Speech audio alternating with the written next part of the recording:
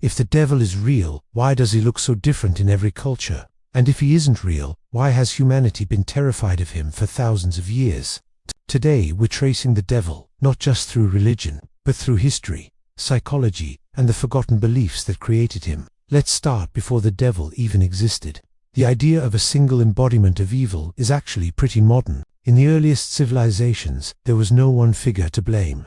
Ancient Mesopotamia had chaotic spirits, but no supreme villain. Ancient Egypt had Set, the god of chaos, but he wasn't purely evil.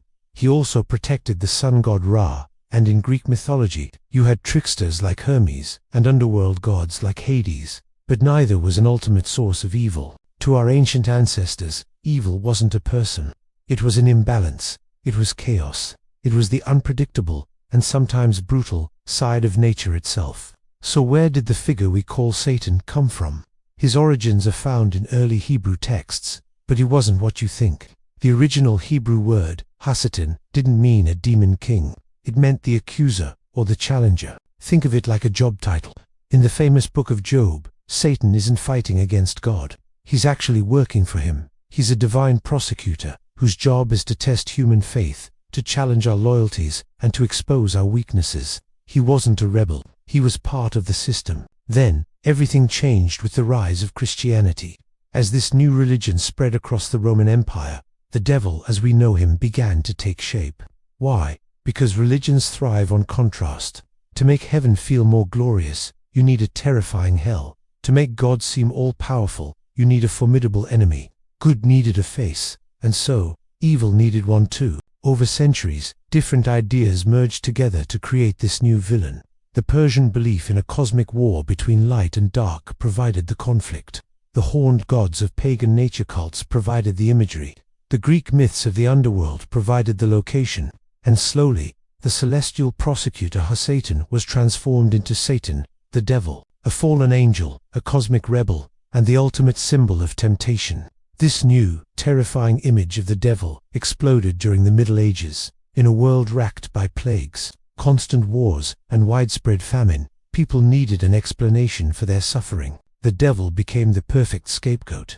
He explained why bad things happened to good people. He justified brutal punishments for heretics and outsiders. And most importantly, he became a tool for control. This fear fueled the infamous witch hunts, where innocent people were tortured into confessing deals with the devil. Fear ruled the day, and the devil's shadow loomed over everyone. Now, let's jump to the modern era, where thinkers began asking a dangerous question. What if the devil isn't an external being at all, but an internal one?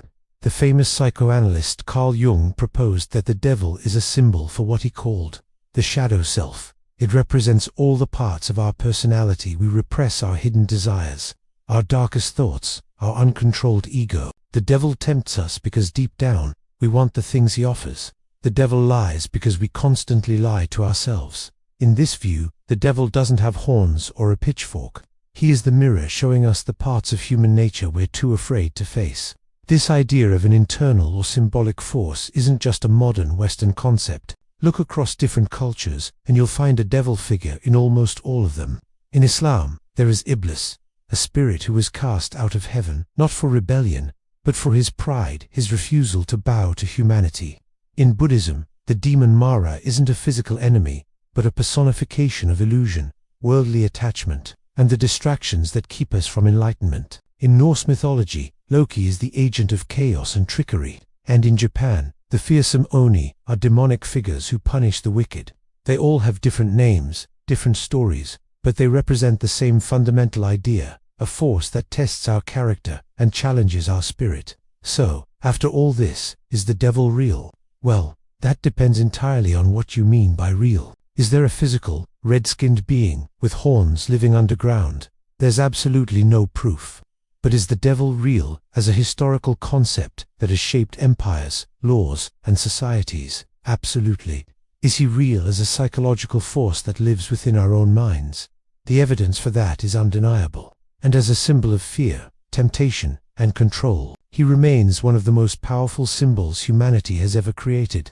The devil may not literally walk among us, but fear does, ego does, temptation does. And those forces have shaped our world more than any monster ever could.